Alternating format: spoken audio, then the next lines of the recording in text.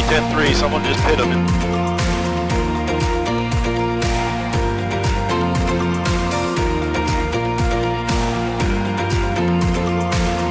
Hi everyone, I'm Yvonne Martinez with the Cocoa Police Department. This is our very first episode of what we hope will be a series of community conversations.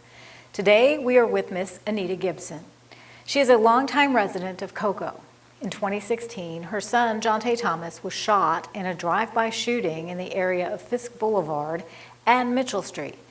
Jonte was with friends and was heading home from celebrating the Cocoa High School football team's state championship victory that year when he was shot. Jonte died in May 2017 as a result of complications from that shooting incident. Detectives have worked tirelessly on this case and have followed every lead. It is now considered a cold case and remains unsolved. For Ms. Gibson, it has been challenging overcoming the loss of her son. She wants to have a community conversation about grief, gun violence, and changing the street culture. Jonte is dead. Jonte will never see this side of the world anymore. I won't see him. So, friends and family, I don't hate the dream killer. I don't hate you. You shot my son. But I do hate your actions. And if we, as the people, don't come and speak out on these people that shoot our children, they will feel that they can get away with murder. We must stand up and speak for our children. The youth of this generation must know that people cannot murder them and just live happily ever after. Well, it's blurry at best. A vehicle that's in the area that they've identified as potentially the suspect's vehicle, and it's going down the road there. I know that's a difficult image to look at. Here's the thing: we're a year later.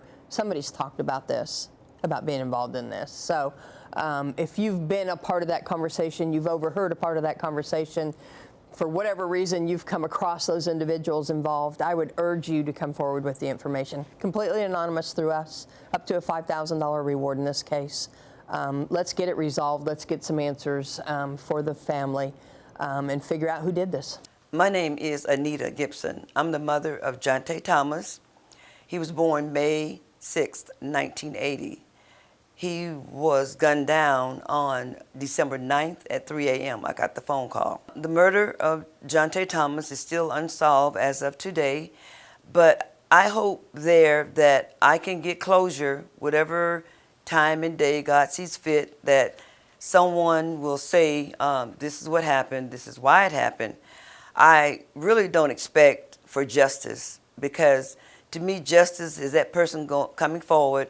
I did it. I'm sorry, it was an accident. He gets charged with murder. He gets birthdays in jail. He gets visits in jail. He gets 3 meals a day in jail. He's still living his life. And that murder never goes away. It's never better because I know who did it. But for myself, I want closure in that area. And it's my hope or my thought that that person that did the murder will not sleep, knowing that they did what they did, accident or whatever your aim was. Your family knows, your friends know, and that person, friends or family, can't get any sleep knowing what they know. And that 3 a.m. phone call in December resonates with me right now. But I ask God to help me through each step I take, each move I make.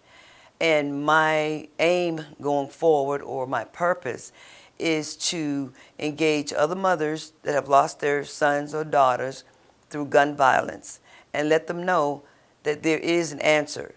The answer is God. When a murder or death happens to your child, the first 2 years you are numb. Your brain is on the why me, why him, why now? But God. Because in my journey, I talk to other mothers. I try to encourage them because I know how it feels. And then on the same note, I never tell anybody that I know how you feel, because everybody feels different, everybody acts different, everybody reacts different. But what I do say is to get involved. Get involved in some outlet that you can take your mind off what you're going through. And what I had done in the past, I had sit down and cried out. I love my baby to death. He and I were ride or die partners, for real, for real. And I missed him so intensely that I saw nothing but him, and I heard nothing but that phone call. And then fast forward to today, I fast forward to say, okay, can I help someone? Can I reach someone? Can I teach someone as to what I went through, what I'm going through? And I go through every moment with God, even right now, today.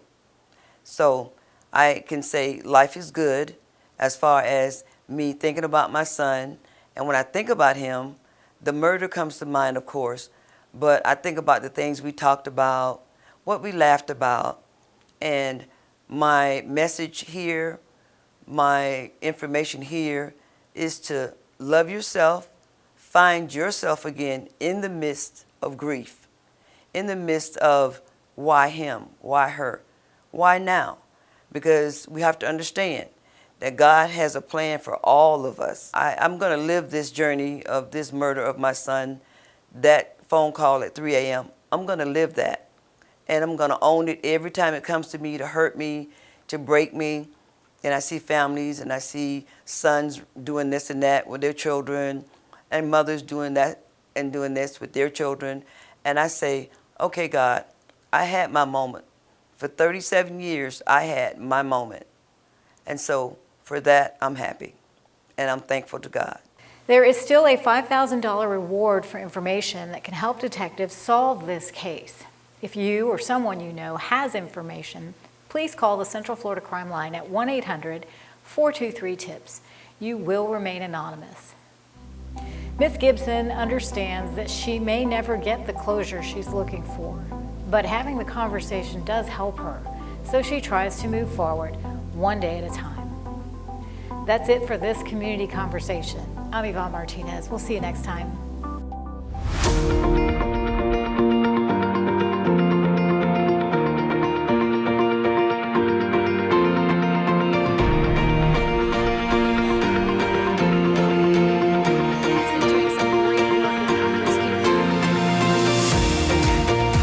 Ten three, someone just hit him.